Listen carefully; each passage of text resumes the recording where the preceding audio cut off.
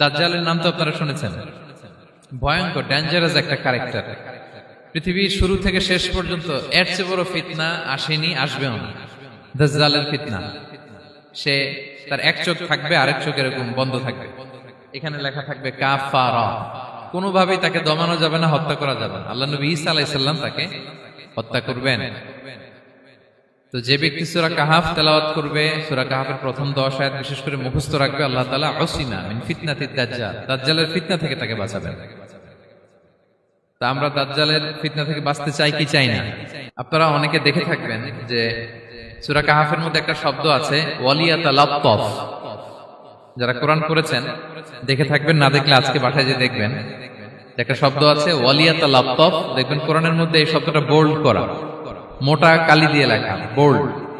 This is the middle of the holy Quran. এটা কোরআনের একেবারে মাঝখানে এই শব্দটা। এর আগে যত আয়াত তার পরে ঠিক তত আয়াত। সুবহানাল্লাহ বিহামদিহি। This is the middle of the holy Quran, এবং এটা সূরা কাহাফের মধ্যে আছে ওয়ালিয়াতালাত্তাফ শব্দটা আপনারা দেখবেন। তখন সাহাবীদের উপর, নমুসলিম সাহাবাদের উপর কঠিন অত্যাচার চলতেছিল, ভয়ঙ্কর ধরনের অত্যাচার। তো এই সূরাটা নাযিল করে আল্লাহ তাআলা ওনাদেরকে সান্ত্বনা দিলেন এবং বুঝাতে চাইলেন এই অত্যাচার, এই জুলুমের শিকার শুধু তোমরাই হচ্ছ না, এর আগেও হয়েছে অনেকে। 7 জন যুবক ছিল রোমান সাম্রাজ্যে, তারা তাদের ঈমান বাঁচানোর জন্য এরকম কষ্টের শিকার হয়েছিল, এবং তারা যে স্বপ্ন দেখেছিল সেই স্বপ্ন আল্লাহ তাআলা বাস্তবায়ন করেছেন। তো এই ঘটনাগুলো শুনিয়ে বেসিক্যালি মক্কার যে নও-মুসলিম সাহাবারা তাদেরকে আল্লাহ তাআলা সান্ত্বনা দিচ্ছিলেন যে ফ্রাস্ট্রেটেড হওয়ার কিছু নেই। ওয়ালা তাহিনু ওয়ালা তাহজানু ওয়া আনতুমুল আ'লাউনা ইন কুনতুম মুমিনিন।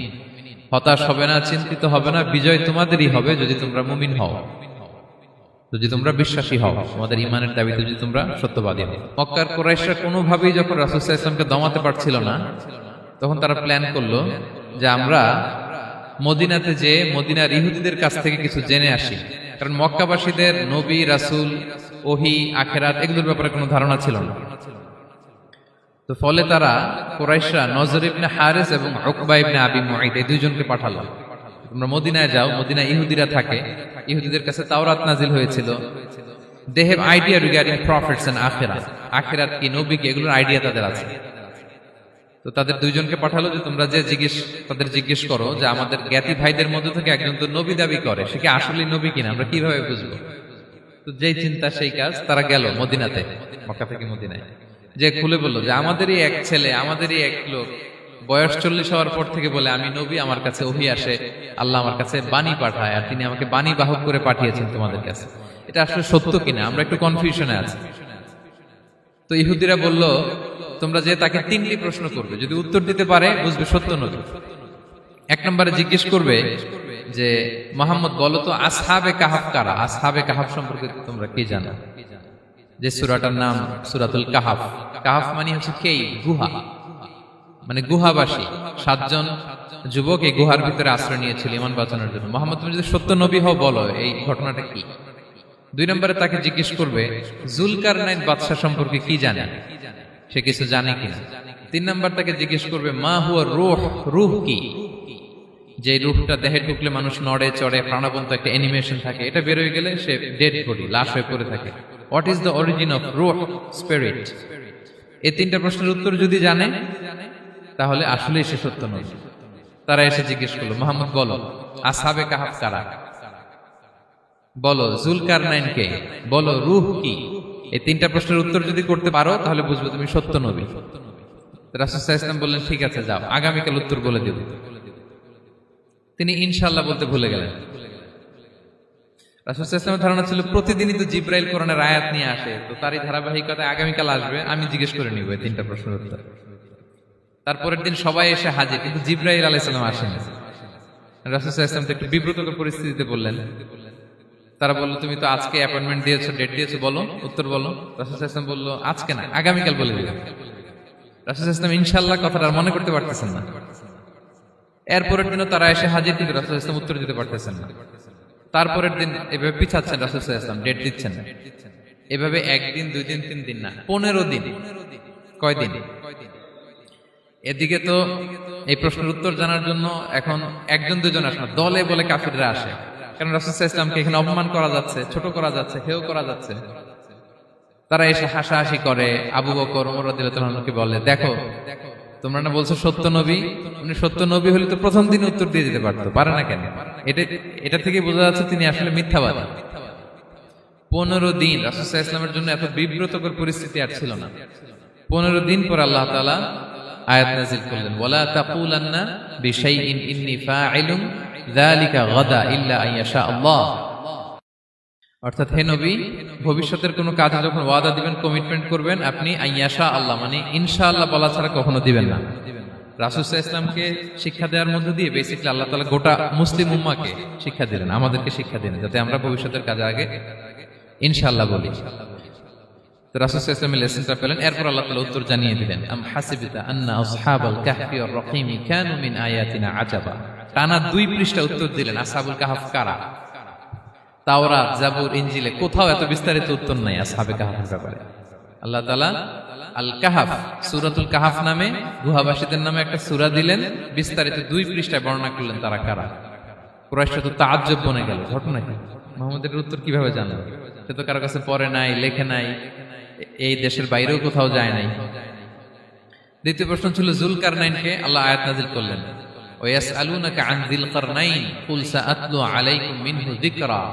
টানা আল্লাহ তাআলা প্রায় 1.5 পৃষ্ঠা, 1 পৃষ্ঠারও বেশি যুলকারনাইনের ঘটনা শোনালেন। আর রূহের কথা শোনালেন সূরা আল ইসরাতে, ওয়াসআলুনাকা আনির রূহ কুলির রূহু মিন আমরি রাব্বি ওয়া মা উতীতুম মিনাল ইলমি ইল্লা কালিলা। রূহ এটা আল্লাহর স্পেশাল একটা অর্ডার, আল্লাহর আদেশে এটা ঢুকে আল্লাহর আদেশে বের হয়। এটা কেউ ছুঁতে পারে না, ধরতে পারে না, দেখতে পারে না, এটা আল্লাহর পক্ষ থেকে একটা মিরাকেল। 3টা প্রশ্নের উত্তর যখন আল্লাহ তাআলা দিয়ে দিলেন, রাসূল সাল্লাল্লাহু আলাইহি ওয়াসাল্লাম তাদেরকে সাবলীল ভাষায় শুনিয়ে দিলেন, তারা অবাক হয়ে গেল। যে ব্যক্তি সূরা কাহফের প্রথম 10 আয়াত মুখস্থ করবে, সে দাজ্জালের ফিতনা থেকে মুক্তি পাবে। দাজ্জালের নাম তো আপনারা শুনেছেন, ভয়ঙ্কর ডেঞ্জারাস একটা ক্যারেক্টার। পৃথিবীর শুরু থেকে শেষ পর্যন্ত এর চেয়ে বড় ফিতনা আসেনি, আসবেও না। দাজ্জালের ফিতনা, সে তার এক চোখ থাকবে, আরেক চোখ এরকম বন্ধ থাকবে, এখানে লেখা থাকবে কাফারা। কোনোভাবেই তাকে দমানো যাবে না, হত্যা করা যাবে না। আল্লাহ নবী ঈসা আলাইহিস সালাম তাকে হত্যা করবেন। তো যে ব্যক্তি সূরা কাহফ তেলাওয়াত করবে, সূরা কাহফের প্রথম 10 আয়াত বিশেষ করে মুখস্থ রাখবে, আল্লাহ তাআলা উসিমা মিন ফিতনাতিদ দাজ্জাল, দাজ্জালের ফিতনা থেকে তাকে বাঁচাবেন। তা আমরা দাজ্জালের ফিতনা থেকে বাঁচতে চাই কি চাই না? আমরা যেন সূরা কাহফের প্রথম 10 আয়াত মুখস্থ করি, সূরা কাহফ যেন জুমার দিন আমরা তেলাওয়াত করি। So now the question arises, what is the relationship of Suratul Kahf with Dajjal? দাজ্জালের সাথে সূরা কাহফের রিলেশনটার কারণ কি? একটা মেকানিজম তো এখানে আছে। এত সূরা থাকে, রাসূল সাল্লাল্লাহু আলাইহি ওয়াসাল্লাম কেন বলেন যে সূরা কাহফ পড়লে দাজ্জালের ফিতনা থেকে বাঁচবে? কারণটা কি? এর কারণ হচ্ছে দাজ্জাল আমাদেরকে যে সমস্ত জিনিস দিয়ে ফিতনায় ফেলবে, ওই ফিতনাগুলোর সলিউশন আল্লাহ তাআলা সূরা কাহফের ভিতরে রেখে দিয়েছেন। দাজ্জাল 4টা জিনিস দিয়ে আমাদেরকে ফিতনায় ফেলবে। That's trial of faith, 1 number. ঈমানের পরীক্ষায় সে আমাদেরকে ফেলবে, আমাদের বিশ্বাস নিয়ে ছিনিমিনি খেলবে সে। এটার সলিউশন আছে সূরা কাহফ, আমি বলবো আস্তে আস্তে। 2 নম্বরে দাজ্জাল আমাদেরকে ফিতনায় ফেলবে, দ্য ট্রায়াল অফ ওয়েলথ, সম্পদ দিয়ে সে আমাদেরকে ফিতনায় ফেলবে। 3 number the trial of knowledge, জ্ঞান দিয়ে সে আমাদেরকে ফিতনায় ফেলবে। 4 number the trial of power, ক্ষমতা দিয়ে সে আমাদেরকে ফিতনায় ফেলবে। দাজ্জাল 4টা জিনিস দিয়ে আমাদেরকে পরীক্ষায় ফেলবে। কয়টা? 1 হচ্ছে ঈমানি পরীক্ষা, 2 হচ্ছে সম্পদ দিয়ে পরীক্ষা, 3 হচ্ছে জ্ঞান দিয়ে পরীক্ষা, 4 হচ্ছে ক্ষমতা দিয়ে পরীক্ষা। সে ঈমানের পরীক্ষায় আমাদেরকে ফেলবে। সে এসে বলবে আমি তোমার রব, এবং এটা প্রমাণ করার জন্য যা যা দরকার আল্লাহ তাআলা তাকে সব দিবেন, সে সব করতে পারবে। সে বলবে আমি তোমার রব। যদি বিশ্বাস না হয়, তোমার বাবাকে যদি জীবিত করে বিশ্বাস করবে? অনেকে বলবে হ্যাঁ আমার আব্বাকে জীবিত করে দেখান, তো তার বাবাকে ঠিকই সে জীবিত করে ফেলবে। আসলে শয়তান তার বাবার সূরত নিয়ে সামনে দাঁড়াবে, আরে তাই তো, এটাই তো আমার বাবা, এটাই তো আমার দাদা। মানুষ ফিতনায় পড়ে যাবে, ঈমানের ফিতনায়। সে ভাববে আসলে এটাই বোধহয় আমার রব, এবং তাকে এত ক্ষমতা দেয়া হবে, তার ডান দিকে থাকবে জান্নাত, বাঁ দিকে জাহান্নাম। তার কাছে আল্লাহ এটা দিবে। যে তার কথা শুনবে তাকে সে জান্নাতে ঢুকাবে, কিন্তু জান্নাতে ঢুকে সে জাহান্নামের শাস্তি ভোগ করবে। এটা তার বাইরের মানুষ বুঝবে না, অ্যাপারেন্টলি এটা জান্নাত। আর যে তাকে মানবে না, তাকে সে জাহান্নামে ফেলবে, কিন্তু জাহান্নামে ঢুকলেও সে জান্নাতের নাজ নেয়ামত ভোগ করবে। তাহলে এই যে ইমানের ফিতনা এসে ফেলে দিবে আমাদেরকে। তো ইমান কি করে বাঁচাবো, এটা সলিউশন আমি শোনাবো আপনাদের। 2 নম্বরে, সে আমাদেরকে সম্পদ দিয়ে ফিতনায় ফেলবে। যার যা লাগবে সে তাই দিতে পারবে, যা লাগবে। সে যদি আকাশকে বলে আকাশ বৃষ্টি দাও, যাকে তারা মানবে ওই এলাকায় বৃষ্টি হবে, সুজলা সুফলা শস্য শ্যামলা হবে, সে সমস্ত এলাকা ফল মূলে ভর্তি হবে, বরকত আর বরকত। আর যে এলাকার লোকেরা, জনপদের লোকেরা তাকে মানবে না, সে বলবে ওখানে বৃষ্টি হবে না, হবেও না, ওখানে খরা, দুর্ভিক্ষ, মাটি ফেটে চলছে, মানুষ না খেয়ে মরবে, মহামারী দুর্ভিক্ষ দেখা দেবে। তখন বিশ্ববাসী মনে করবে এটাই বোধহয় আমাদের রব। তার মানে সম্পদ দিয়ে ফিতনায় ফেলে দেবে। 3 নম্বর হচ্ছে নলেজ। তার জ্ঞানের কাছে গোটা বিশ্ব হার মানবে। পূর্বের পরের যত জ্ঞান আছে সব আল্লাহ তাকে দিবে। ইলমুল আউয়ালিন ওয়াল আখিরিন, এমন কোন প্রশ্ন নেই যেটা দিয়ে তাকে আটকানো যায়। যাই জিজ্ঞেস করবেন সব জানতা, সব বলে দেয়। ভবিষ্যৎবাণী বলে দিবে, বলবে আগামীকাল ওইখানে অমুক দেশে বোমা বিস্ফোরণ হবে, হবে ওইখানে, ওখানে দুর্ভিক্ষ হবে, হবে, ভূমিকম্প হবে, হবে। সে যা বলবে তাই হবে। তার জ্ঞানের এই বহর দেখে মানুষ ফিতনায় পড়ে যাবে। 4 নম্বর হচ্ছে দ্য ট্রায়াল অফ পাওয়ার, ক্ষমতা। তার ক্ষমতার সামনে সবকিছু একেবারে ছিন্ন বিচ্ছিন্ন হয়ে যাবে, এত ক্ষমতা হবে তার। সে যেমনটি বলবে তেমনটি করতে হবে। বাতাসের চেয়ে দ্রুত বেগে সে এক দেশ থেকে আরেক দেশে চলে যাবে। তো তার এই সমস্ত অলৌকিক ক্ষমতা দেখে মানুষ ফিতনায় পড়ে যাবে।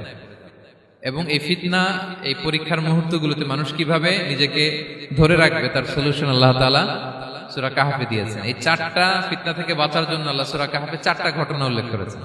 কয়টা? 1 নাম্বার হচ্ছে আসহাবে কাহফ, যুবকদের ঘটনা, 7 জন যুবকদের ঘটনা। ঈমান কি করে বাঁচাবেন, সলিউশন ওখানে। সম্পদের ফিতনা থেকে কিভাবে নিজেকে বাঁচাবেন, এজন্য একজন বাগানওয়ালার ঘটনা আল্লাহ সেখানে বলেছেন। জ্ঞানের ফিতনা থেকে কি করে বাঁচবেন, এজন্য আল্লাহ তাআলা মূসা আলাইহিস সালাম এবং খিজির আলাইহিস সালামের ঘটনা সেখানে উল্লেখ করেছেন। আর ক্ষমতার ফিতনা থেকে কি করে বাঁচবেন এটা বোঝানোর জন্য আল্লাহ তাআলা যুলকারনাইনের ঘটনা উল্লেখ করেছেন। 4টা ফিতনা থেকে বাঁচার জন্য কয়টা ঘটনা? 4টা ঘটনা। আমরা তাহলে একটা একটা করে ঘটনা শুনি, আমরা একটু উদ্ধার করার চেষ্টা করি যে কি কি সলিউশন আল্লাহ তাআলা আমাদের বাতলে দিলেন। 1 নম্বর হচ্ছে আসহাবে কাহফের ঘটনা। এটা 250 খ্রিস্টাব্দের সময়কালে রোমান সাম্রাজ্যের একজন বাদশা ছিল, নাম দাকিয়ানুস। প্রতাপশালী বাদশা, পৌত্তলিক, মূর্তির পূজা করে। ঈসা আলাইহিস সালাম বিদায় নিয়েছেন, 200-250 বছর হলো। তো সব নবীর ধর্মই কিন্তু ইসলাম, যদিও আমরা নাসারা বলি, ইহুদি বলি, সব নবীদের ধর্মই কি ইসলাম। তো তিনি ছিলেন পৌত্তলিক, মূর্তির পূজা করত। আর তার এলাকায় কেউ যদি ঈসা আলাইহিস সালামের নাম নিত, আখিরাতে বিশ্বাস করত, আল্লাহ বিশ্বাস করত, তাদেরকে তারা পাথর মেরে হত্যা করত। এজন্য ভয়ে কেউ ঈসাই ধর্মে ঈমান আনতো না, মানে ইসলামে ঈমান আনতো না। এই রাজার ভয়ে সবাই মূর্তির পূজা করত। কিন্তু 7 জন যুবক ছিল, তারা স্রোতে গা ভাসিয়ে দেয়নি, স্রোতের বিপরীতে তারা ঈমান নিয়ে দাঁড়িয়েছে। তারা ঈসা আলাইহিস সালামের রেখে যাওয়া সত্য ধর্মের উপর ঈমান এনেছিল, আখিরাতে তারা বিশ্বাস করত। তো এই 7 জন যুবকের কথা ছড়াতে ছড়াতে রাজা দাকিয়ানুসের কাছে চলে যায়। উনি তো রেগে মেগে আগুন, ডেকে পাঠালো 7 জনকে। তো তাদেরকে জিজ্ঞেস করলো, তোমরা কাকে মানো? বলতেছে এক আল্লাহকে মানি। সাহসী, খুবই সাহসী। বলতেছে তুমি কি জানো তোমরা কার সামনে কথা বলতেছো? আমি তো তোমাদেরকে মৃত্যুদণ্ড দিতে পারি। তারা বলে দেন, কিন্তু আমরা সব বিসর্জন দিলেও ঈমান বিসর্জন দিতে পারবো না। সুবহানাল্লাহ। তো উনি বললেন, তোমরা যুবক মানুষ, রক্ত গরম, আবেগে কথা বলতেছো, 3 দিন সময় দিলাম, যাও, ঈসার নাম ভুলে যাও, আখিরাত ভুলে যাও, আল্লাহর নাম ভুলে যাও। 3 দিন পরে তোমাদেরকে আবার ইন্টারভিউ নেব। ওই দিন যদি একই কথা বলো, পাথর মেরে 7 জনকে দুনিয়া থেকে উড়িয়ে দেব। তারা চলে গেল। এবার 7 বন্ধু মিলে পরামর্শ করতে লাগলো, কি করতে পারি আমরা, এই গুণে ধরা সমাজকে আমরা কিভাবে বাঁচাবো, এই পৌত্তলিকতার ছোবল থেকে এই ইফসিস নগরীকে বাঁচাবো কি করে। নগরীটার নাম ছিল ইফসিস নগরী। বর্তমানে এটা তুরস্কের ইজমির শহরে অবস্থিত। এখনো জায়গাটা প্রত্নতাত্ত্বিকদের ওই ইয়েতে এটা সংরক্ষিত, এখনো টুরিস্টরা যায়। তো তারা বলল, আমরা ঈমান বিসর্জন দিব না, যদি আমরা ওদের কথা মেনে নিই আমরা তো মুশরিক হয়ে গেলাম, চলো আমরা এক কাজ করি, আমরা এলাকা ছেড়ে দিই। এই 7 যুবক আল্লাহর উপর ভরসা করে তারা বাড়ি ঘর, আত্মীয় স্বজন সব ছেড়ে দিয়ে, লোকালয় ছেড়ে দূরে একটা পাহাড়ের ভেতরে আশ্রয় নিল। পাহাড়ের ভিতরে একটা গুহা ছিল, এই গুহাকেই আরবিতে বলে আল কাহাফ। কি বলে? এই সূরার নাম কি? সূরাতুল কাহাফ। তো তাদের সাথে সাথে একটা কুকুরও যাচ্ছিল, তারা বারবার তাড়িয়ে দেওয়ার চেষ্টা করতেছিল কুকুরটাকে যাতে না যায়, কিন্তু এই কুকুর শুধু কান্না করে তাদের সাথে যাওয়ার জন্য ঘেউ ঘেউ করতেছিল। এই কুকুরটাকেও সাথে নিল। ভালো মানুষদের সাথে থাকলে কি হয় দেখেন, এই কুকুরের কথা, যেহেতু 7 জন ইমানদারের সাথে একটা কুকুর ছিল, এই কুকুরের কথা আল্লাহ সূরাতুল কাহাফে উল্লেখ করে দিয়েছেন। ওয়া কালবুহুম বাসিতুন যিরাআইহি বিল ওয়াসিল। তো তারা ভিতরে গেল, যে প্রচন্ড ক্লান্ত, তারা ঘুমিয়ে পড়ল। কি করলো? এই এক ঘুমে আল্লাহ 309 বছর কাটাই দিলেন। কয়শো 9 বছর? 9 বছর ঘুম, সব ঘুম, প্রচন্ড ঘুম, ঘুম যেন আর কাটে না। 309 বছর পরে এরা জাগলো। এখন খুব ক্ষুধা, ঘুমে আর মোর ভাঙতেছে, আর একজন জিজ্ঞেস করতেছে কি লম্বা সময় ঘুম দিলাম কোথায় আমরা? একজন বলতেছে হ্যাঁ, মানে সারাদিনই ঘুমাইছি আমরা। আরেকজন বলতেছে না না, সারাদিন না, দিনের কিছু অংশ হয়তো ঘুমাইছি। আসলে কয় বছর ঘুমাইছে? 309 বছর। তো এদিকে সভ্যতার তো চেঞ্জ। এখানে ওই দাকিয়ানুস মরে, এর ছেলে মরে, এর নাতি মরে, পুতি মরে, এখন 6ষ্ঠ নম্বর রাজা আসছে। প্রজন্মের পর প্রজন্ম তো শেষ। 309 বছর কমপক্ষে 4-5টা জেনারেশন চেঞ্জ হবে। তো জেনারেশন চেঞ্জ হয়ে, এলাকা চেঞ্জ হয়ে, তারা যে স্বপ্ন দেখেছিল এই ইফসিস নগরীতে কালিমার পতাকা উঠবে, তাদের স্বপ্ন আল্লাহ বাস্তবায়ন করেছেন। 309 বছরের ব্যবধানে এই এলাকার সবাই মুসলিম হয়ে গেছে।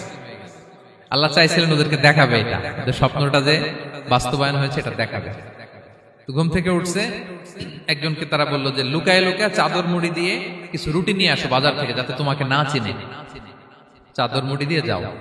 কিছু পয়সা ছিল, মুদ্রা দিয়ে দিস। তো সে যে যখন দোকানদারের কাছ থেকে রুটি নিয়ে আর মুদ্রা দিছে, দোকানদার বলে এই মুদ্রা কোথেকে আসলো?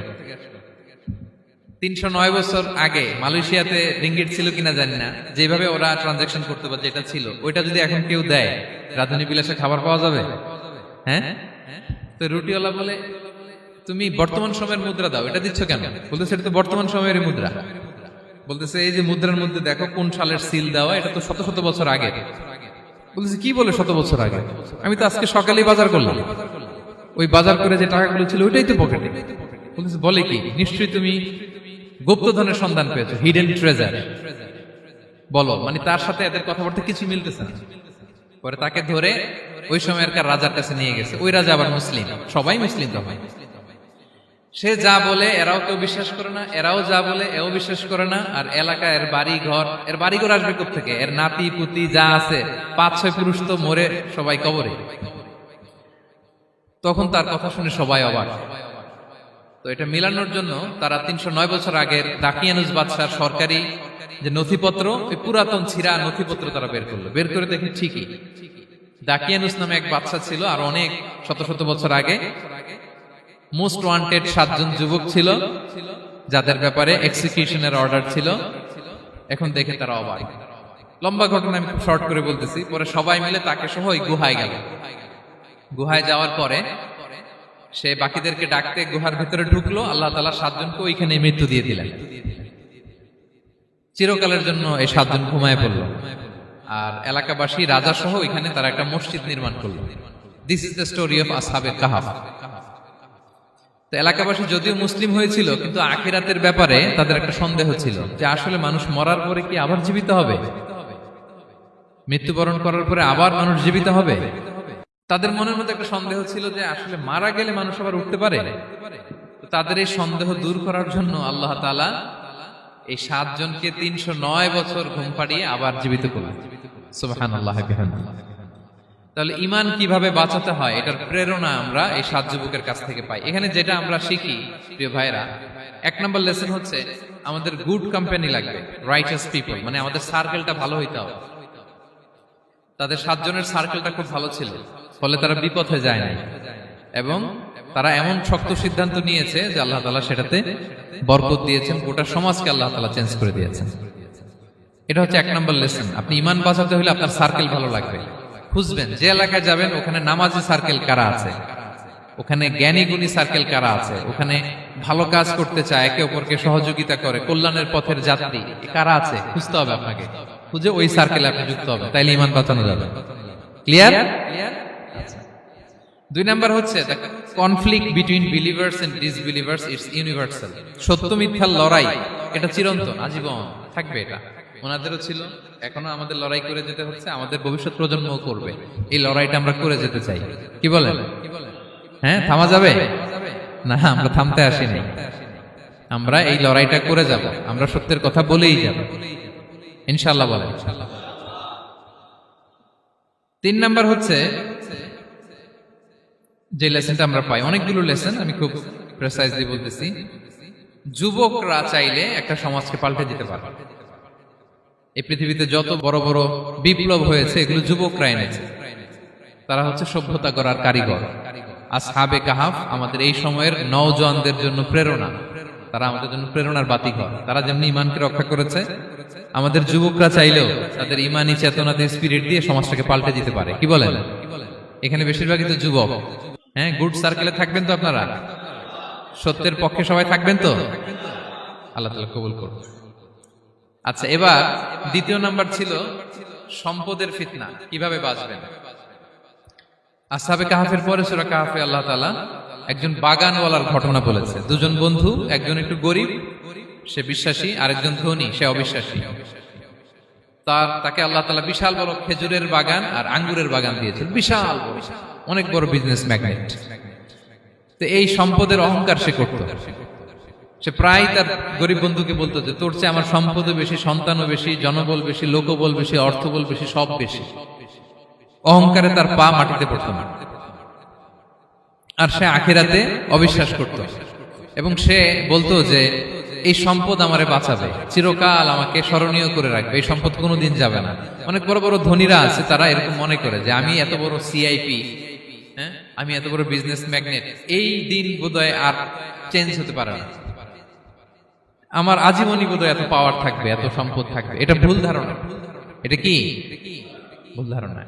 এই যে তুরস্কে দুর্ভিক্ষ হইল না, আপনারা দেখছেন না যে অনেক সম্পদের মালিক বাড়ি ঘর ভেঙে রাস্তার ফকির। এখন ওই যে রিফিউজিদের জন্য যে খাবার আসছে, ওখানে লাইনে দাঁড়াইছে, কারণ এখন লাইনে না দাঁড়ালে খাবারও তো মিলবে না। 1000 কোটি টাকার মালিক ছিল, ভেঙে চুরে সব শেষ। এখন রিলিফের নেওয়ার জন্য দুস্থদের কাতারে ওখানে দাঁড়াইছে, কারণ দাঁড়াইলেই কিছু খাবার পাওয়া যাবে, খিচুড়ি পাওয়া যাবে, তা না হলে তো খাবারটাও মিলবে না। এই যে বঙ্গবাজারে আগুন লাগলো আমাদের বাংলাদেশে, 20টা-25টা দোকান ছিল অনেকের যাদের অন্যান্য বিজনেস আছে তারা হয়তো সার্ভাইভ করতে পারতেছে, কিন্তু এমন অনেক ব্যবসায়ী ছিল সব শেষ, জ্বলে পুড়ে, তার টাকা পয়সা পুঁজি স্বপ্ন সব শেষ। তো ধনীকে গরিব বানাতে আল্লাহর 1 সেকেন্ডও লাগে না। ওই বিশাল প্রাসাদ থেকে টেনে ভাঙ্গা থালা হাতে দিয়ে রাস্তায় নামাইতে আল্লাহর কয় সেকেন্ড লাগে বলেন তো? 1 সেকেন্ডও লাগে না। সো এই লেসনটা কিন্তু আমাদের নিতে হবে। এবং ওই ব্যক্তির নসিবে তাই ঘটেছিল। সে যখন অহংকার করতেছিল, আল্লাহ তাআলা আকাশ থেকে হুসবান একটা আগুন পাঠালো।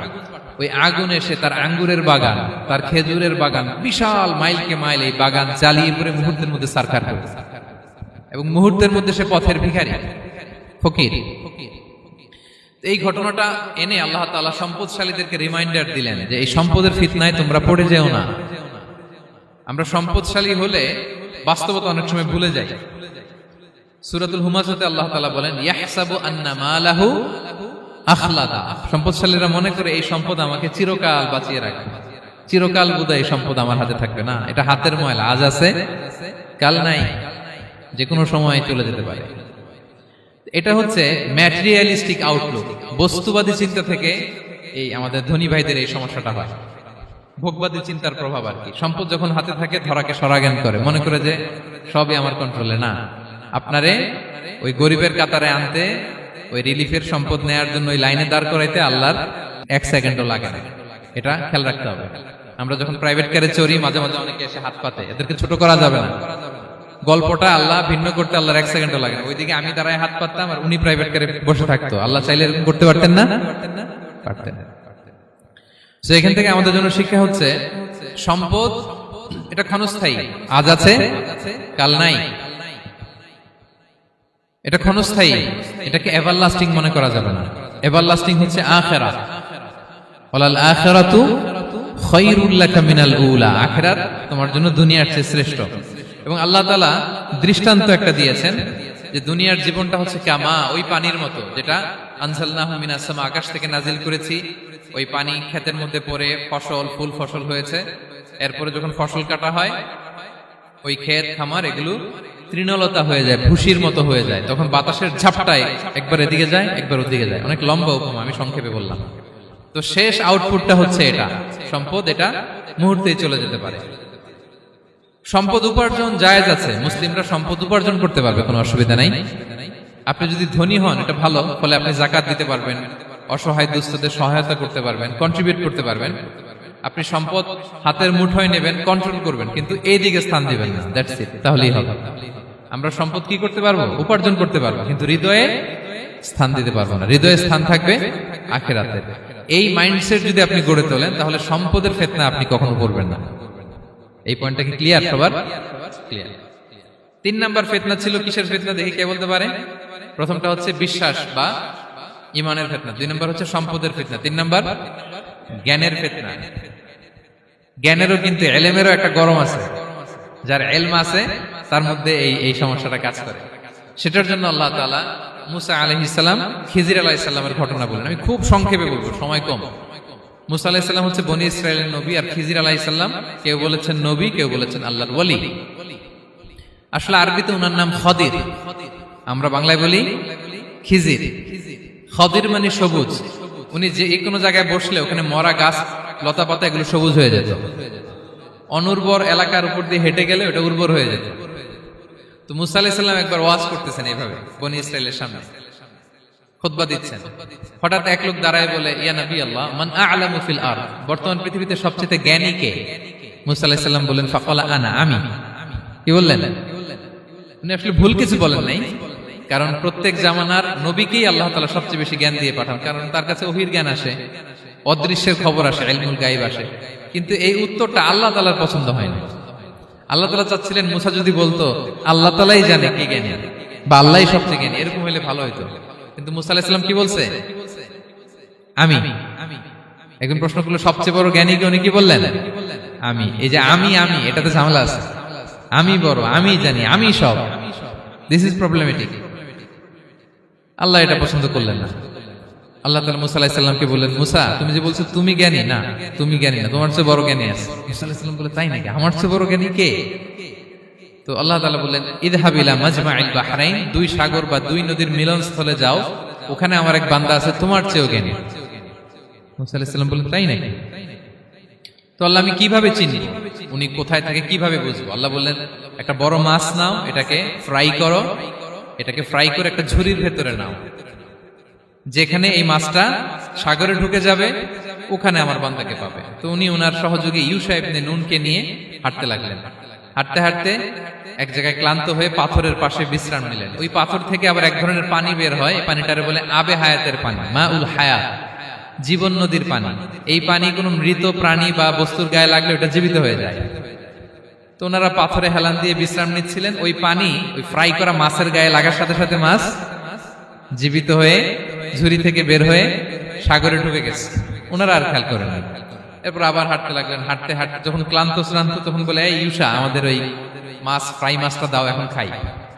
ঝুড়ি খুলে দেখে মাছ নাই। মাছ গেল কোথায়? তখন ইউশা বলল, হয়তো আমরা যে পাথরের ওখানে বিশ্রাম নিয়েছিলাম ওখানে আমরা মিসিং, ওখানে হারাই ফেলছি। চলো চলো, আরে ওইদিকে তো যাইতে হবে আমাদের। উনি গেলেন, যে দেখে মাছ যে জীবিত হয়ে বালুর এদিকে নাড়াচাড়া করতে করতে সাগরে ঢুকে গেছে, ওখানে দাগ আছে। মুসা আলাইহিস সালাম ঢুকলেন সুরঙ্গ, ঢুকে দেখে চাদর গায়ে দিয়ে এক লোক শুয়ে আছে। সালাম দিলেন, আসসালামু আলাইকুম। ওই লোক চাদর আর সরায় না, ভিতর থেকে বলতেছে, ওয়ালাইকুম আসসালাম। তো চাদরের ভিতর থেকে উনি বলে, মান আন, তুমি কে? মুসা আলাইহিস সালাম বললেন, আনা মুসা, আমি মুসা। উনি বলেন, মুসা বনি ইসরাইল, বনি ইসরাইলের মুসা? বললেন, হ্যাঁ। কেন এসেছো? এবার চাদর খুললেন। বলতেছে, আপনার কাছ থেকে কিছু শিখতে আসছি। আল্লাহ বলছে, আপনি নাকি সবচেয়ে বড় জ্ঞানী। আমি ভুল করে বলে ফেলছিলাম আমি। আল্লাহ বলছেন যে আপনি নাকি জ্ঞানী। বলতেছে, না, তুমি আমার জ্ঞান নিতে পারবে না, ওই ধৈর্য শক্তি তোমার নাই। মুসা আলাইহিস সালাম বললেন যে, আপনি যে কোনো শর্তে আমাকে একটু রাখেন কয়েকদিন, আপনার সাথে আমি রাজি। বললেন, না, তুমি পারবে না। মুসা আলাইহিস সালাম জোর করতে লাগলেন। অবশেষে খিজির আলাইহিস সালাম রাজি হলেন। বললেন, শর্ত হচ্ছে আমি যাই করি আর না করি আমাকে কোনো প্রশ্ন করা যাবে না। মুসা আলাইহিস সালাম বললেন ওকে। সফর শুরু হলো। সামনে নদী, এক লোক তাদের নৌকা দিয়ে নদী পার করায় দিল। নদী পারাপারের পর খিজির আলাইহিস সালাম লাঠি দিয়ে নৌকার তলাটা ছিদ্র করে দিলেন। মুসা আলাইহিস সালাম বললেন ইন্না লিল্লাহি, এটা আপনি কি করলেন? ওরা আমাদেরকে নদী পার করে দিল, আর যে ভাড়াটা আসছিল এটাও নিল না, আমাদেরকে সম্মান দেখালো, আপনি নৌকা ছিদ্র করে দিলেন। খিজির আলাইহিস সালাম বলছে এই যে আমি বলছিলাম না তুমি ধৈর্য ধারণ করতে পারবে না, যাও তোমার রাস্তায় তুমি আমার রাস্তায় আনো। মুসা আলাইহিস সালাম আবার ক্ষমা চাচ্ছেন যে আপনি আমার ক্ষমা করেন, আমি তো ভুলে গেছি, আর প্রশ্ন করবেন না। চলতে লাগলেন। হঠাৎ বাচ্চারা খেলতেছে, এক বাচ্চাকে ধরে হত্যা করলেন খিজির আলাইহিস সালাম। এবার তো মুসা আলাইহিস সালাম রেগে গেছে, আপনি করলেনটা কি? নিষ্পাপ ফুলের মতো শিশুকে হত্যা করলেন। খিজির আলাইহিস সালাম বলে এই যে আমি জানতাম যে তুমি ধৈর্য ধারণ করতে পারবে না, তোমার রাস্তা এক আমার রাস্তা এক, যাও। এবার মুসা আলাইহিস সালাম করজোর করতেছে যে this is the last chance, একটা ফাইনাল চান্স দেন, একটা সুযোগ দেন, আর আমি প্রশ্ন করব, এটাই লাস্ট। বলেন ওকে ঠিক আছে। হাঁটতে হাঁটতে এক ইহুদি বসতির সামনে যে হাজির, দুজনই খুব ক্ষুধার্ত, খাবার চাইলো, এরা আবার কৃপণ, খাবার দিল না। তো খিজির আলাইহিস সালাম বললেন ঠিক আছে, খাবার যেটা দিচ্ছেন আমরা চলে যাই। যাওয়ার পথে দেখতেছে এই এলাকার একটা দেয়াল ভেঙে পড়ে যাবে। তিনি বললেন মুসা চলো এটা ঠিক করে দেই। দুইজন মিলে প্রচন্ড ক্ষুধায় এটা সেটা এনে দেয়ালটা তৈরি করতেছে। মুসা আলাইহিস সালাম তো এমনিই রাগী, পেটে আবার ক্ষুধা, আবার বলছে কিছু বলাও যাবে না। তিনি এবার আর প্রশ্ন করেন, বলতেছে ওরা এত কিপটামি করলো আর আপনি এটা করে দিলেন, আপনি তো চাইলে এটা টাকা নিতে পারতেন, পারিশ্রমিক নিতে পারতেন চাইলে। এই কথা বলার পর খিজির আলাইহিস সালাম বললেন হাদা ফিরাকু বাইনি ওয়া বাইনি, এখানেই তোমার আর আমার সেপারেশন, আর সামনে আগানো যাবে না, তোমার কোনো ধৈর্যই নেই। তো এতটুকু তোমাকে আমি বলি যে আমি একটাও আল্লাহর আদেশ ছাড়া করি নাই, আল্লাহর আদেশে আমি করেছি। কি? এক নম্বর হচ্ছে ওই যে আমাদের ভাড়া নিতে চাইলো না, আমাদেরকে পার করে দিল, নৌকাটা ছিদ্র করেছি কারণ এই এলাকায় একজন জালিম বাদশা আছে, সে নৌকা পেলেই গরিব মাঝিদের নৌকা সিজ করে নিয়ে যায়। তো এটাকে যখন তলায় ছিদ্র করে দিছি, রাজার লোকেরা এসে দেখবে যে এটা তলা ছিদ্র, পানি ঢুকতেছে, এটা নিবে না, ওরা পরে সামহাও এটা রিপেয়ার করে চালাইতে পারবে। মুসা আলাইহিস সালাম বলে সুবহানাল্লাহ, তাই তো, এটা তো আমি বুঝতে পারি নাই। আর ওই ছোট শিশুটাকে হত্যা করছি, ও অনেক বড় জালিম হবে এলাকা, তার ফিতনায় এলাকাবাসী তটস্থ থাকবে, সে তার মা বাবাকেও জাহান্নামে নেবে। এজন্য আল্লাহ তাআলা আদেশ দিয়েছেন আমাকে, আল্লাহর আদেশে আমি তাকে হত্যা করেছি। মুসা আলাইহিস সালাম বললেন তাই তো, এটা তো অনেক ভালো কাজ করছেন। তাইলে তো বলতেছে তাহলে ওইটা বলেন, খাবারও দিল না, এত কৃপণ, এদের দেয়াল কেন ঠিক করতে গেলেন আপনি? তখন তিনি বললেন যে আসলে এটা একটা ইয়াতিমদের ঘর ছিল, দুইটা ইয়াতিম শিশু, তাদের বাবা মা খুব ভালো ছিল, আর এই দেয়ালের নিচে আছে গুপ্তধন, এই দেয়ালটা পড়ে যাবে, এই গুপ্তধন তারা ছোট মানুষ নিতে পারবে না, এলাকাবাসী তাদেরকে বঞ্চিত করে নিয়ে যাবে। আমি দেয়াল গড়ে দিলাম যাতে করে তারা যখন প্রাপ্তবয়স্ক হয় নিজেদের সম্পদ নিজেরা বুঝে নিতে পারে। সুবহানাল্লাহ বিহামদি। মুসা আলাইহিস সালাম বলে তাই তো, এগুলো তো আমি বুঝতে পারি নাই। তো এই ছিল খুব সংক্ষিপ্ত পরিসরে মুসা আলাইহিস সালাম খিজির আলাইহিস সালামের ঘটনা। তো রাসূল সাল্লাল্লাহু আলাইহি ওয়াসাল্লাম বুখারীতে একটা চমৎকার কথা বলেছেন, তিনি বলেছিলেন ওয়াদিদনা আন্না মুসা সাবার হাত্তা ইউকাসসা আলাইনা মিন আমরিহিমা। রাসূল সাল্লাল্লাহু আলাইহি ওয়াসাল্লাম বলেছিলেন ইস, আমার ভাই মুসা যদি আরেকটু ধৈর্য ধরতো তাহলে আরো কিছু অজানা তথ্য আমরা জানতে পারতাম। এখান থেকে, এই ঘটনা থেকে আমরা কি শিখলাম? প্রথম যেটা আমরা শিখলাম, জ্ঞান নিয়ে বড়াই করতে নেই, ঠিক কিনা? জানার কোনো শেষ নেই, জাননেওয়ালার উপরও জাননেওয়ালা আছে, জ্ঞানীর উপরও জ্ঞানী আছে। আপনি কিছু জেনেই মনে করবেন না আমি সব জানি, আপনার চাইতেও বেশি জ্ঞানী অনেকে আছে। অনেক সময় বক্তার চাইতেও শ্রোতারা অনেক জ্ঞানী। হয়তো এখানে এমন অনেক জ্ঞানী লোক আছে যার ধারে কাছেও আমরা কেউ নেই, হতে পারে। সো আমি সব জানি, এটা ভুল, এটা শয়তান বলে। এটা কে বলে? শয়তান বলে। আবু নাওয়াস একটা কবিতা লিখেছেন, ওয়াকুল্লি মান ইয়াদঈ ফিল ইলমি ফালসাফাতান হাবাসতা শাইআন ওয়া গাবাত আনকা আশিয়াউ। কেউ যদি বলে আমি সব জানি, তুমি তাকে বৃদ্ধাঙ্গুলি দেখিয়ে বলো আপনি কিছুই জানেন না, আপনি অল্প কিছু জেনেছেন, জানার এখনো অনেক বাকি। তাহলে মুসা আলাইহিস সালামের এই ঘটনা জিজ্ঞেস করা হলো কে জ্ঞানী, উনি বললেন আমি জ্ঞানী। এরকম কি আমরা কখনো বলবো না? সবচাইতে বড় জ্ঞানী কে? ওয়া ফাওকা কুল্লি যী ইলমিন আলিম, সবচাইতে বড় জ্ঞানী আল্লাহ তাআলা। সো জ্ঞান নিয়ে আমরা অহংকার করব না। দুই নম্বর যে শিক্ষাটা আমরা পাই, ওই যে নৌকা দিয়ে পারাপার হচ্ছিল, তখন একটা চড়ুই পাখি এসে সাগরের মধ্যে মুখ দিয়েছিল। তো খিজির আলাইহিস সালাম বললেন মুসা, তুমি কি চড়ুই পাখিটা দেখতে পাচ্ছ? হ্যাঁ দেখতে পাচ্ছি। চড়ুই পাখিটা যে সাগরে মুখ দিলে দেখতে পাচ্ছ? হ্যাঁ, দেখতে পাচ্ছ। তখন খিজির আলাইহিস সালাম বললেন, চড়ুই পাখিটা সাগরে মুখ দিয়ে পানি খাওয়ার পরে চড়ুই পাখির ঠোঁটে বা চঞ্চুতে যতটুকু পানি লেগে আছে, এই পানিটা হচ্ছে তোমার, আমার এবং মহাবিশ্বের আমাদের সকলের জ্ঞান। আর এই মহাসাগরের সকল পানি হচ্ছে আল্লাহ তাআলার জ্ঞান। আল্লাহ তাআলা বলেছেন, ওমা উতিতু মিনাল ইলমি ইল্লা কালিলা, আমি তোমাদেরকে একেবারে অল্প জ্ঞান দিয়েছি, একেবারে অল্প। এই রহস্যে ঘেরা এই মহাবিশ্বের অনেক কিছু আমাদের অজানা। প্রিয় ভাইরা, আমরা অনেক কিছু জানি না, আমাদের এই লিমিটেড নলেজ এগুলো ধরে না, তারপর আমরা জ্ঞানের বড়াই করি। আপনারা উপমাটা বুঝতে পারছেন? একটা নৌকা থেকে চড়ুই পাখি ঠোঁট দিয়ে পানি খাচ্ছে, পানি খাওয়ার পরে স্বভাবতই চড়ুই পাখির ঠোঁটে একটু পানি তো লাগবে। খিজির বললেন যে এই পানিটা হচ্ছে তোমার, আমার, পৃথিবীর সবার জ্ঞান। আর এই সাগরের বাকি পানিগুলো কার জ্ঞান? এবার বুঝতে পারছেন আল্লাহ তাআলার জ্ঞানের পরিধি। আমরা জ্ঞান নিয়ে যেন কখনো কি না করি, বড়াই না করি। জ্ঞান দুই ধরনের, একটা বাহ্যিক জ্ঞান, একটা অন্তর্নিহিত জ্ঞান। External knowledge, internal knowledge. আমরা যখন কোরআন হাদিস পড়ি আমাদের বাহ্যিক জ্ঞান অর্জন হয়। কোরআন হাদিস পড়লেই আপনি জ্ঞানী হয়ে যান। এটা কোরআন হাদিস পড়তে হয়, এটা ডাইজেস্ট করতে হয়, এটার উপর আমল করতে হয়। এই জ্ঞান অর্জন শেষে এরপরে আল্লাহর প্রিয় বান্দাদেরকে আল্লাহ অন্তরে ইলমের নূর দেন, ইলহাম দেন। That is the knowledge, that is the pure knowledge. আপনি হাফেজের কোরআন হয়ে ভাইবেন না আপনি সব জানেন, আপনি বুখারী মুখস্থ করে ভাইবেন না সব জানেন। এই সব জ্ঞান অর্জন করার পরে ইলমের নূর হাসিল হয়, সেটা আল্লাহ সবারে দেয় না। সো এই অন্তর্নিহিত জ্ঞান, দূরদৃষ্টি, farsightedness, that is the pure knowledge. এটার জন্য বছরের পর বছর, যুগের পর যুগ সাধনা করতে হয়।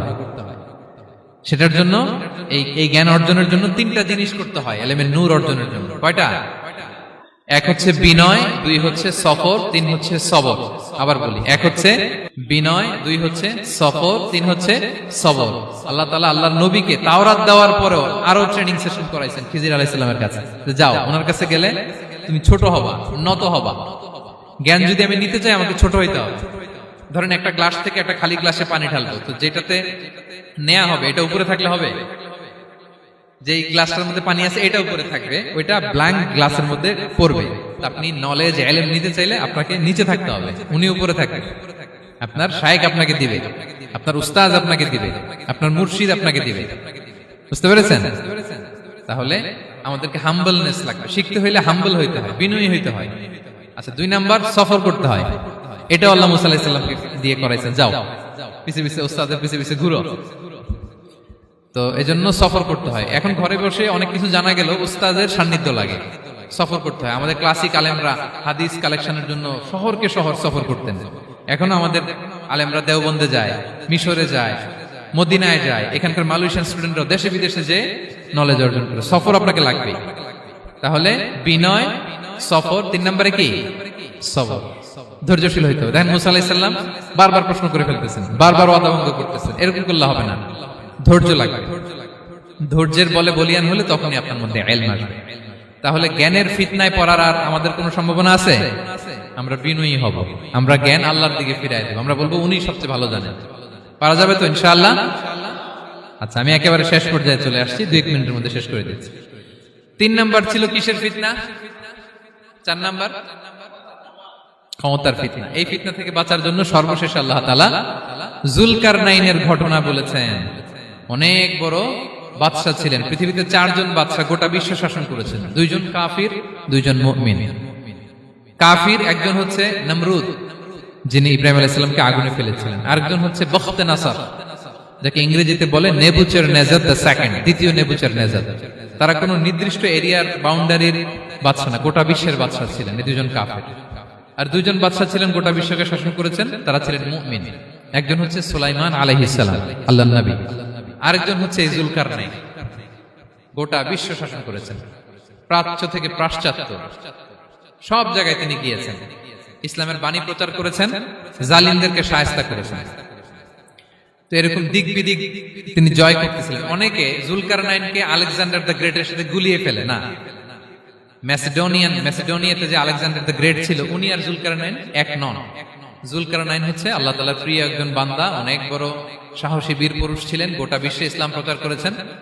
করতে করতে করতে করতে অনেক বড় ঘটনা, আমি সব শেষের ঘটনাটা বলি। উনি জর্জিয়া, বর্তমান যে জর্জিয়ার তিবলিসি এরিয়া, এখানে এসে একটা এলাকার সন্ধান পেলেন, যারা ওনাকে এসে বলল যে এখানে একটা জঙ্গলি গ্রুপ আছে যাদের নাম ইয়াজুজ মাজুজ, তারা এসে আমাদের উপর হামলা করে। হে জুলকারনাইন, আমরা আপনাকে ট্যাক্স কালেক্ট করে দিচ্ছি, আপনি তাদের মাঝে আর আমাদের মাঝে একটা প্রাচীর তৈরি করে দেন।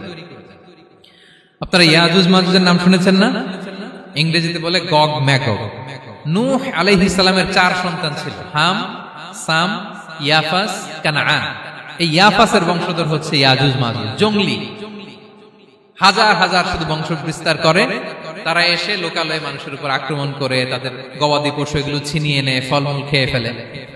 তো জুলকারনাইন বাদশার কাছে যখন বিচার দেওয়া হলো, উনি বললেন ঠিক আছে, তোমাদের ট্যাক্স দেয়া লাগবে না, তোমরা শারীরিক পরিশ্রম করে আমাকে সাহায্য করো। তো উনি বর্তমানে হচ্ছে এক পাশে কৃষ্ণ সাগর, ব্ল্যাক সি, আরেকদিকে কাস্পিয়ান হ্রদ বা কাস্পিয়ান সাগর, এর মাঝখানে 1200 কিলোমিটার লম্বা মাউন্টেন রেঞ্জ, পাহাড়ি এরিয়া, আপনারা গুগলে দেখবেন। এইখানে 2 পাহাড়ের মাঝখানে ফাঁকা জায়গায় তিনি বড় বড় লোহার পাত প্রথিত করলেন, গেড়ে দিলেন। এরপরে তামা, সীসা গালিয়ে বিশাল একটা ওয়াল তৈরি করলেন। এটা জুলকারনাইন উনার বানানো ওয়াল বা ড্যাম, প্রাচীর। এখন আর ইয়াজুজ মাজুজ আসতে পারে না, ওরা আর আসতে পারে না। ওরা প্রতিদিন এটা ভাঙার চেষ্টা করে, কিন্তু ভাঙতে ভাঙতে আরেকটু ভাঙলেই ভেঙে যাবে। ওরা বলে আগামীকাল ভেঙে ফেলবে, ইনশাল্লাহ বলতে ভুলে যায়। এজন্য এরপরের দিন এসে দেখে আবার এটা আগের মতো হয়ে আছে। কিয়ামতের আগ দিয়ে ওদের মধ্যে এই ইনশাআল্লাহর প্রেরণা আসবে। তাদের একজন বলে উঠবে আগামীকাল ইনশাআল্লাহ আমরা এটা ভেঙে খান খান করে দেব, ঠিকই ভেঙে ফেলবে। তখন তারা ভেঙে চুরে কোটি কোটি ইয়াজুজ মাজুজের দল এসে হামলে পড়বে। সামনে পড়বে তাবারিয়া সাগর, একদল এসে তাবারিয়া সাগর এমন ভাবে খাবে, এই দল যাওয়ার পরে আরেক দল এসে এখানে যে সাগরে যে পানি ছিল এটা কল্পনাই করতে পারবে না। তারা পৃথিবীতে ফিতনা ফাসাদ করবে। ঈসা আলাইহিস সালাম তখন আসবেন, দোয়া করবে আল্লাহ তাআলার কাছে মুমিনরা, একটা মহামারী দিবে আল্লাহ তাআলা ইয়াজুজ মাজুজের মধ্যে, ওরা মরে যাবে সব। এরপর বিশাল এক পাখি এসে তাদেরকে আল্লাহর মর্জি মাফিক এমন এক জায়গায় ফেলে আসবে, কেউ জানবে না। তো তারা যে পচে গলে মাটির সাথে মিশেছিল, এই গলিত লাশ থেকে মাটি খুব উর্বর হয়ে যাবে। এরপর আল্লাহ তাআলা পৃথিবীর মধ্যে বারাকা দিবেন, কিছু রোপণ করলে তাড়াতাড়ি ফুলে ফেপে বড় বড় ফলমূল হচ্ছে। তো এটা কিয়ামতের আলামতের অন্য কোনো আলোচনায় হয়তো আমরা বলবো। তো জুলকারনাইন তিনি বিশাল এখানে প্রাচীর তৈরি করে দিয়েছিলেন, এবং প্রাচীর তৈরি করে দিয়ে তাদেরকে বলেছিলেন যে যতদিন আল্লাহ তাআলা চাইবেন এটা থাকবে, এবং যেদিন আল্লাহ তাআলার আদেশ আসবে এটা ভেঙে খান খান হয়ে যাবে। তার মানে দেখেন, এত পাওয়ারফুল, এত শক্তিশালী, এত ক্ষমতাধর হওয়ার পরেও তিনি তার ক্ষমতাকে কার দিকে ফিরিয়ে দিয়েছেন? যে আল্লাহ যতদিন চাইবে এই প্রাচীর টিকে থাকবে, যেদিনই আল্লাহ তাআলার আদেশ আসবে এই প্রাচীর ভেঙে খান খান হয়ে যাবে। সো আমরা ক্ষমতার দেখা পেলে, চেয়ার একটা পেলে, আমরা যেন জালিম হয়ে না উঠি, এটা হচ্ছে এখান থেকে শিক্ষা। আমরা যেন জুলুম না করি। উনি সম্পদের মালিক ছিলেন, ক্ষমতার মালিক ছিলেন, কিন্তু উনি যে আল্লাহর বান্দা এটা ভুলে যান নাই। আমরা যখন ক্ষমতাশীল হই, আমরা যখন প্রধানমন্ত্রী হই, আমরা যখন প্রেসিডেন্ট হই, আমরা যখন পাওয়ারফুল হই, আমাদের সবচেয়ে বড় পরিচয় যে আমরা আব্দুল্লাহ, আল্লাহর গোলাম, এটা আমরা ভুলে যাই। আমাদের আসল পরিচয় কি? আমরা আল্লাহর গোলাম। আমরা যে আল্লাহর গোলাম, এই চিন্তাটা, এই সেন্সটা যদি আমাদের মাথায় থাকে, তাহলে ক্ষমতা আমাদেরকে দাম্ভিক বানাতে পারে না, আর ওই ক্ষমতা আমাদেরকে ফিতনায়ও ফেলবে না। তাহলে সম্মানিত সুধী, দাজ্জাল কয়টা জিনিস দিয়ে আমাদেরকে ফিতনায় ফেলবে? 4টা। দ্য ট্রায়াল অফ ফেইথ, ইমানের পরীক্ষা; দ্য ট্রায়াল অফ ওয়েলথ, সম্পদ দিয়ে পরীক্ষা; দ্য ট্রায়াল অফ নলেজ, জ্ঞানের পরীক্ষা; দ্য ট্রায়াল অফ পাওয়ার, ক্ষমতার পরীক্ষা। আর ইমানের পরীক্ষায় উত্তরণের জন্য আল্লাহ তাআলা আমাদেরকে এই সূরায় আসহাবে কাহফের ঘটনা শুনিয়েছেন, যে 7 জন যুবক তারা তাদের ইমানকে হেফাজত করেছিল। সম্পদের ফিতনা থেকে বাঁচানোর জন্য আল্লাহ তাআলা আমাদেরকে এক বাগানওয়ালার কাহিনী জানিয়েছেন, যে সম্পদ পেয়ে তোমরা দাম্ভিক হয়ে যাও না, এটা আজ আছে কাল থাকবে না। জ্ঞানের পরীক্ষা থেকে আমাদের মুক্তির জন্য আল্লাহ তাআলা অনেক বড় করে আল্লাহ নবী মুসা আলাইহিস সালাম এবং খিজির আলাইহিস সালামের ঘটনা শুনিয়েছেন, আমাদের বুঝিয়েছেন যে আমাদেরকে বিনয়ী হতে হবে, জ্ঞানের জন্য সফর করতে হবে এবং সবর করতে হবে। সব শেষে আল্লাহ তাআলা ক্ষমতার ফিতনা থেকে বাঁচানোর জন্য ক্ষমতাধর, আমরা তো একটা দেশের মালিক হই এখন, অমুক দেশের প্রেসিডেন্ট, অমুক দেশের প্রধানমন্ত্রী, উনি গোটা বিশ্বের প্রতাপশালী রাজা ছিলেন জুলকারনাইন। তারপরেও উনি যে আব্দুল্লাহ, উনি যে আল্লাহর গোলাম, এটা তিনি ভুলে যাননি। তাহলে এইভাবে যদি আমরা এই ফিতনাগুলো থেকে বাঁচার চেষ্টা করি, তাহলে এই ফিতনা থেকে আমরা বেঁচে থাকতে পারবো। এবং দাজ্জাল যদি এই মুহূর্তেও আসে, সে আমাদেরকে বিভ্রান্ত করতে পারবে না। পারবে? পারবে না ইনশাআল্লাহ। ইনশাআল্লাহ বলেন। আর ভবিষ্যতের সব কাজের আগে আমরা সবসময় কি বলবো?